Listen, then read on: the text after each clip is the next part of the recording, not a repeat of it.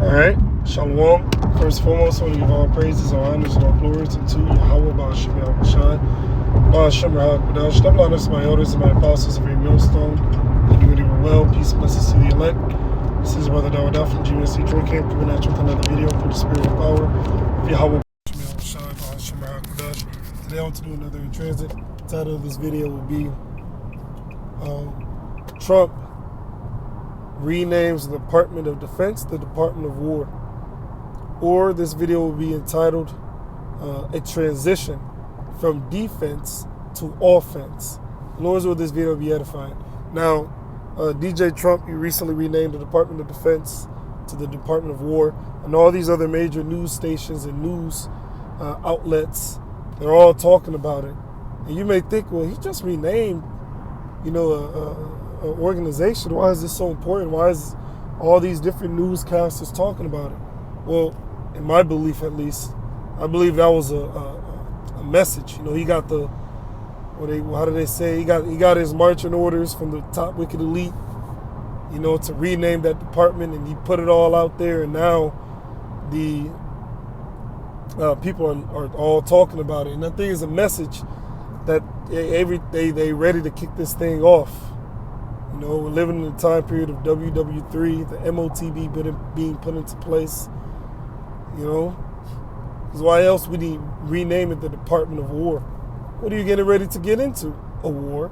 And around that same time, you had those leaders, the leader of North Korea, the leader of China, all right, and Vladimir Putin, the leader of Russia. They linked up, had their meeting or whatever, and Trump said that they were conspiring against them or conspiring against America. There's no coincidence. And around the same time, he calls it what? The Department of War. He renames the Department of Defense. So we're living within the time period of World War III, and we're patiently waiting for it. And of course, that CHIP must indeed come first before this thing fully pops off. All right, but we're definitely living within that time. Just within the last maybe 5, maybe 7 years, you had the Space Force be created, the 6th branch of the military, the Space Force. We're within those times. They're getting ready for all hell breaking loose. They're getting ready for, World War III. They're getting ready to institute that MOTB, and they're getting ready for the return of Yahushua. All the chips are falling into place. The dominoes are all set up. The Legos are fully stacked. All right? We're living within the time of the end of this man's system. And Esau Edom, he's sending out, different messages to his lesser luminaries. All right? That he's ready to get this thing popping. And we excited. We want Esau to get this thing popping, because the sooner he does, the sooner we can get up out of here. Once again, the sooner he does, the sooner we can get up out this captivity. All right. So that's why when we see different things, we get excited, because we know it leads us closer and closer to the end of this man's system. Like it is said in Habakkuk, I will stand upon my watch. All right. And I will watch to see what he will say unto me, and what I shall answer when I am reproved. All right. So we're the watchmen of Yahweh Ba'ashem Yahushai, and we're watching for these prophecies to take place. It's really just that simple. All right, we watch, we see the prophecy, taking place. All right, then we give the warning. But these other different Israelite groups, how much are they talking about this? All right, a lot of these different Israelite groups, they're not in tune with prophecy. They're not in tune with the warning you about the MOTB, warning you about Jacob's trouble, warning you about the incoming famines, warning you about the incoming time period of martial law, warning you concerning the different pestilences that are going to be unleashed. Because they're in the spirit of mirth, they're in the spirit of living it up, they're in the spirit of, keeping their congregation in a slumber.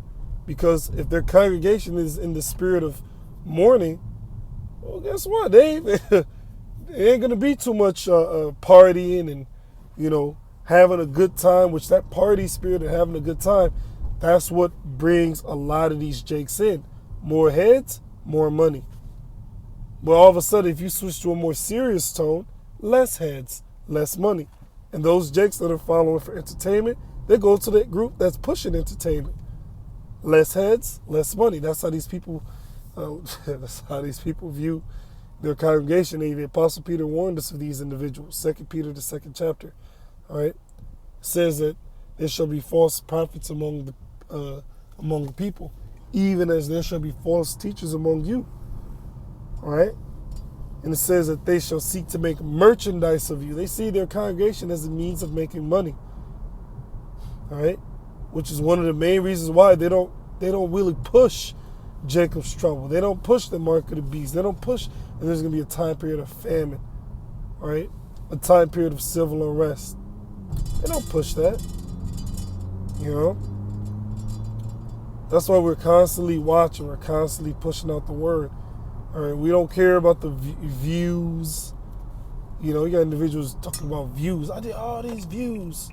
I got nothing. Lord ain't dealing with that. You know, the only view we're concerned about is how Yahweh Shemel Shai views us. That's all. Anything outside of that is just vanity. You know, vanity. You know, oh, I got 100 views. I got 2,000 views. As if the views can deliver us. No. You know? So what we do, we bark. All right? But these other leaders, they're what? They're, as it is written, dumb dogs, they cannot bark. All right? The whole reason why you have a guard dog is for him to do what? For him to guard your house. So if there's a problem that arises, all right, someone's trying to sneak in and do some hanky-panky, the dog barks. What's the importance of the dog barking? It gives the people the warning, right? It warns the people in the house, hey, somebody here that ain't supposed to be here. That's how we are. The scriptures call these false leaders and these false teachers dumb dogs. Dumb meaning unable to speak. They cannot bark, meaning they're unable to give the warning. All right? They're not able to prophesy to you the warnings. Okay? All right, let's go from here. Let's reach my destination. This is good. 2 Timothy 2:1. It's entitled, Be Strong. Now, therefore, my son, be strong in the grace that is in Hamashiach Yahweh Shai. The things that thou hast heard of me among many witnesses, the same commit thou to faithful men who shall be able to teach others also. Each one teach one. That's our mindset. All right? Each one teaches one.